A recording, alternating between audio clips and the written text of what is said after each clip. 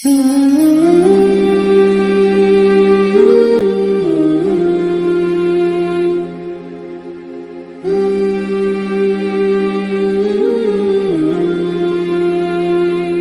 النبی صلی اللہ علیہ وسلم من اعتکف عشرا فی رمضان کان کحجتین وعمرتین او کما قال علیہ الصلاۃ والسلام۔ معزز سامعین، ہم تمام حضرات کے سامنے ایک ذری اور قیمتی موقع آنے والا ہے جس میں ہم اعتکاف جیسی عبادت کو اپنا کر اللہ رب العزت کا قرب حاصل کر سکتے ہیں۔ اسلام کا یہ مزاج نہیں ہے کہ آدمی رہبانیت اختیار کرے، کہ جنگل میں نکل جائے، پہاڑوں کی طرف چل جائے اور وہیں پر تنہائی میں اللہ کو یاد کرتا ہوا اپنی زندگی گزار دے۔ اس کو رہبانیت کہتے ہیں۔ یہ حضرت عیسیٰ علیہ السلام اور پچھلی امتوں میں یہ چیز ہوا کرتی تھی۔ وہ جنگلات میں، پہاڑوں میں اللہ کے ذکر میں اپنی زندگی کو گزار دیتے تھے۔ چنانچہ نبی علیہ السلام نے فرمایا لا رہبانیت فی الاسلام، اسلام میں کوئی رہبانیت نہیں ہے۔ اسلام یہ چاہتا ہے کہ تمام انسان مل جل کر رہیں، اکٹھا رہیں، ایک ساتھ رہیں۔ یہی وجہ ہے مسلمانوں کے تعلق سے نبی علیہ السلام نے فرمایا ان المؤمنون کجسد واحد، مومن مسلمان تمام کے تمام مسلمان ایک بدن کی طرح ہے۔ جس طرح ایک بدن اور ایک جسم کے اعضاء تمام کے تمام بدن سے لگے ہوئے ہوتے ہیں،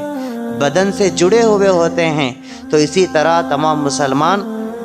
ایک دوسرے کے ساتھ جڑے ہوئے ہیں۔ رہبانیت اسلام میں نہیں ہے، اور تفریح اس کی اجازت دی گئی کہ کہیں چلا جائے آدمی اپنے گھر بار کو چھوڑ کر پھر آ جائے، تو یہ جانا عارضی طور پر جانا ہوا۔ اور رہبانیت کے بدلے میں جو چیز عطا کی گئی وہ ہے راہ خدا میں نکلنا۔ نبی علیہ السلام نے فرمایا کہ میری امت کی رہبانیت، میری امت کی تفریح وہ راہ خدا میں نکلنا، اللہ کے راستے میں نکلنا ہے۔ چنانچہ شریعت اسلام اس کی اجازت نہیں دیتا کہ ایک آدمی، ایک مسلمان اپنے گھر بار کو چھوڑ کر ہمیشہ کے لیے مستقل طور پر پوری زندگی کے لیے وہ اپنے گھر بار کو چھوڑ کر، اپنے رشتہ داروں کو چھوڑ کر، اپنے پڑوسیوں کو چھوڑ کر، اپنے تعلق رکھنے والوں کو چھوڑ کر، انسانوں کی بستی سے علیحدہ ہو کر اللہ کی یاد میں پوری زندگی گزار دے۔ اسلام کا یہ مزاج نہیں ہے، اسلام میں یہ چیز نہیں ہے، اسلام اس کی اجازت نہیں دیتا۔ لیکن کچھ دنوں کے لیے، کچھ وقت کے لیے تنہائی کو پسند کرتا ہے۔ جیسے نبی اکرم صلی اللہ علیہ وسلم، آپ علیہ السلام حضرت خدیجۃ الکبریٰ رضی اللہ عنہا کی تجارت کرتے، آپ کا سامان لے جاتے، ملک شام میں آپ اس کو فروخت کرتے، بیچتے، اور آپ کی تجارت کی ذمہ داری آپ اٹھاتے تھے۔ لیکن کچھ وقت کے لیے، کچھ لمحات کے لیے، کچھ گھڑیوں کے لیے آپ غار حرا میں تنہائی اختیار کرتے ہیں۔ تنہائی آپ کو بھانے لگ جاتی، آپ تنہائی میں اللہ سے راز و نیاز کرتے، اللہ کا خوب ذکر کرتے، مراقبہ کرتے، اللہ کو یاد کرتے، جس میں مخلوق کا کوئی دخل نہیں ہوتا، آپ اللہ سے باتیں کرتے۔ تو یہ تنہائی میں کی جانے والے اللہ کی باتیں یہ اللہ سے قرب کا ذریعہ پیدا کرتی ہیں۔ جیسے دنیا کے محبوب، دنیا کے عاشق اپنے محبوبہ، اپنے معشوقہ یا جس سے بھی جس کو محبت ہے، وہ یہ چاہتا ہے کہ اپنے محبوب سے تنہائی میں بات کرے، کوئی آدمی اس میں خلل نہ ڈالے، ان کی باتوں میں، ان کے آپس کے تذکروں میں، آپس کے محبت کے اظہار میں کوئی مخلوق رکاوٹ نہ بنے، خلل نہ ڈالے۔ تو ایسے ہی اللہ سے تعلق کو جوڑنے کے لیے، اللہ کے تعلق کو مضبوط کرنے کے لیے آپ علیہ السلام غار حرا کی طرف جاتے، آپ توشہ لے کر جاتے، ٹفن لے کر جاتے، جب تک کھانا اور توشہ آپ کے پاس موجود ہوتا آپ وہیں پر اللہ کی عبادت میں مصروف رہتے، اللہ کے ذکر میں مصروف رہتے، جیسے توشہ اور ٹفن ختم ہو جاتا تو آپ پھر گھر تشریف لاتے۔ اور یہ چیز اعتکاف کا کرنا، یہ بھی وہی نبی علیہ السلام کی جو سنت ہے، جو غار حرا سے شروع ہوتی ہے، پھر حضور علیہ السلام کو مستقل طور پر اس چیز کا حکم دیا جاتا ہے کہ رمضان المبارک کے آخری 10 دنوں میں آپ اس طرح کی تنہائی اختیار کریں، مسجد میں رہیں، عبادت میں مصروف رہیں، ایک مخصوص جگہ متعین کریں جس میں آپ اور بندوں کا کوئی تعلق نہ ہو، اللہ سے راز و نیاز کریں، اللہ سے اپنی حاجات، اپنی ضروریات کو مانگیں، اپنے تعلق کو اللہ سے جوڑیں، مضبوط کریں۔ چنانچہ جب اعتکاف، جیسے رمضان المبارک روزوں کا اعتکاف کا حکم آیا تو آپ علیہ السلام مستقل ہر سال آپ اعتکاف فرماتے ہیں۔ ایک مرتبہ آپ علیہ السلام پورے رمضان المبارک کا اعتکاف فرمایا۔ تو یہ اعتکاف اللہ سے قرب کا ذریعہ ہے۔ ہر مسلمان اللہ کا عاشق ہے، ہر مسلمان اللہ کا محب ہے، اللہ کو چاہنے والا ہے۔ تو ہر مسلمان کو اس بات کی فکر ہونی ہے کہ میں کچھ وقت، چاہے تہجد میں ہو، چاہے اعتکاف میں ہو، چاہے کسی اور وقت میں، وہ متعین کرے جس میں وہ رہے اور اس کا اللہ، تیسری کوئی مخلوق اس کے پاس اس میں خلل نہ ڈالے، جس پہ وہ بات کر رہا ہے اللہ سے، جس میں اللہ سے راز و نیاز کر رہا ہے، دعاؤں میں اللہ کے سامنے گڑ گڑا رہا ہے اور اللہ کے ذکر میں مشغول ہے، اور اللہ کے ذکر میں ایسا مشغول ہے کہ جب وہ تنہائی میں اللہ کا ذکر کرتا ہے تو پھر اس کی آنکھیں بہہ پڑتی ہیں۔ ذکر اللہ خالیا ففاضت عیناہ، حدیث پاک میں آتا ہے جو اللہ کا اس طرح ذکر کرتا ہے تنہائی میں کہ اس کی آنکھوں سے آنسو گر پڑتے ہیں، تو ایسے شخص کو اللہ رب العزت قیامت کے دن عرش کے سائے کے علاوہ کوئی سایہ نہیں ہوگا، ایسے آدمی کو اللہ عرش کے سائے میں جگہ دے گے۔ یہ کب ہوگا؟ جب ہم اس چیز کو اپنائیں گے، تہجد میں اپنائیں گے، اعتکاف جیسے عبادت کو اپنا کر اس جیسے قیمتی اور اہم موقع کو استعمال کر کے ہم اللہ کے اس طرح ذکر کر کے ہم اللہ کا قرب حاصل کر سکتے ہیں۔ اعتکاف پچھلے انبیاء سے چلا آ رہا ہے، چنانچہ اللہ تعالیٰ قرآن مجید میں فرماتے ہیں ہم نے ابراہیم اور اسماعیل علیہم السلام سے وعدہ کیا، ان سے عہد لیا کہ وہ خانہ کعبہ کو پاک کریں، وہ معبودان باطلہ کی گندگی سے اس کو پاک کریں، ظاہری گندگی سے بھی اس کو پاک کریں، باطنی گندگی سے بھی اس کو پاک کریں، روحانی گندگی سے بھی اس کو پاک کریں۔ کیوں پاک کریں؟ ان طہر بیتی للطائفین والعاکفین ورکع السجود، اس لیے پاک کریں تاکہ وہ ہمارے بندے طواف کرنے کے لیے آئیں گے، نماز پڑھنے کے لیے آئیں گے، اور عاکفین اعتکاف کرنے کے لیے ہمارے بندے پوری دنیا سے جوق اور در جوق وہاں دوڑتے ہوئے کھینچتے ہوئے چلے آئیں گے۔ تو یہ چیز پہلے سے ثابت ہے، اس کا بے شمار فائدہ ہے، اس سے ایمان میں قوت پیدا ہوتی ہے، اس سے اللہ کا رشتہ مضبوط ہوتا ہے، اللہ سے عشق میں اضافہ ہوتا ہے۔ آدمی بھلے کتنا ہی نیک ہو، کتنا ہی متقی اور پرہیزگار ہو، لیکن جب وہ مسجد کے ماحول کو چھوڑ کر، روحانی ماحول کو چھوڑ کر، ایمانی ماحول کو چھوڑ کر جب وہ گھر چلا جاتا ہے، گھر میں بے فکری کے ماحول میں جب وہ مبتلا ہو جاتا ہے تو جس کی وجہ سے اس کے اندر غفلت طاری ہو جاتی ہے، اور وہ غفلت آدمی کو عبادت میں سستی پیدا کرتی ہے، گناہوں پر ابھارتی ہے، اور اللہ کے احکامات کو توڑنے میں اس کا دخل ہوتا ہے، اور شیطان کے ابھارے ہوئے چیزوں پر اپنانے میں اس کا دخل ہوتا ہے۔ تو غفلت انسان کے اندر نہ ہو، تو یہ غفلت دور کرنے کا ذریعہ اعتکاف جیسے عبادت دی گئی۔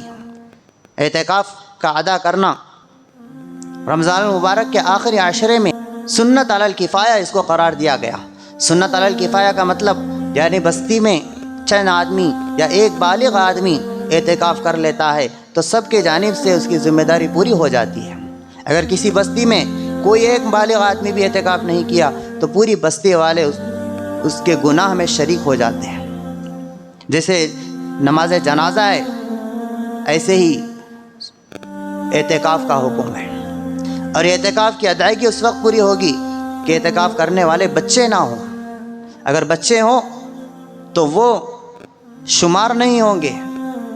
ان کی وجہ سے ذمہ داری پوری نہیں ہوگی، بلکہ بچے ہوں تو ان کے ساتھ بالغ حضرات بھی ہوں، اور بچوں کا اعتکاف کرا رہے ہیں تو ان کے ساتھ ان کے گھر کے بالغ حضرات ہوں، تاکہ انتظام میں اور بچوں کے ذریعے سے جو بڑے حضرات عبادت کے خواہش مند ہیں، یکسوئی چاہتے ہیں اور تنہائی چاہتے ہیں، تو وہ بچے غفلت پیدا کر دیتے ہیں، تو اس میں ہم اہتمام کریں۔ اعتکاف میں کرنا کیا ہے؟ قرآن مجید کی تلاوت، کوئی خاص عبادت نہیں دی گئی، جیسے جاگنے کی راتوں میں بھی یہی حکم ہے اور تہجد میں بھی یہی حکم ہے کہ کوئی خاص عبادت نہیں ہے، جو چاہے آدمی عبادت کر سکتا ہے، اپنے زندگی میں جو نمازیں چھوٹی ہوئی وہ پڑھ سکتا ہے، قرآن مجید کی تلاوت کر سکتا ہے، اللہ کا خوب ذکر کر سکتا ہے، نبی علیہ السلام پر خوب درود و سلام بھیج سکتا ہے، جو اس کا دل چاہے اس کی سہولت اور اس کے آسانی کے اعتبار سے وہ عبادت میں مشغول ہو سکتا ہے۔ اعتکاف کرنے والے کے لیے دو ہی کام کرنا ہے، یا تو عبادت کرنا ہے یا تو آرام کرنا ہے۔ اس کا آرام کرنا بھی عبادت میں شمار ہوتا ہے، لیکن اس کے بجائے عبادت یا آرام کے بجائے تیسری چیز اگر اس کے پاس آ جائے گی، لایانی آ جائے گی، فضول باتیں اس کے اندر آ جائے گی، جھوٹ اور غیبت اس سے صادر ہو جائیں گے، تو پھر اس کی روحانیت کا جو سفر طے ہو رہا تھا اس کا وہ کنیکشن ٹوٹ جاتا ہے، وہ رشتہ ٹوٹ جاتا ہے، پھر اس کا اعتکاف کرنا اس کے لیے کوئی فائدہ مند نہیں ہوتا۔ یہی وجہ ہے کہ یہ رشتہ نہ ٹوٹے، اللہ سے جو تعلق جڑ رہا ہے وہ تعلق کو باقی رکھنا ہے۔ یہی وجہ ہے کہ آدمی جمعہ آ گیا، اعتکاف میں بیٹھا ہوا ہے، تو اس کے لیے غسل کے لیے جانے کی بھی اجازت نہیں ہے۔ حدود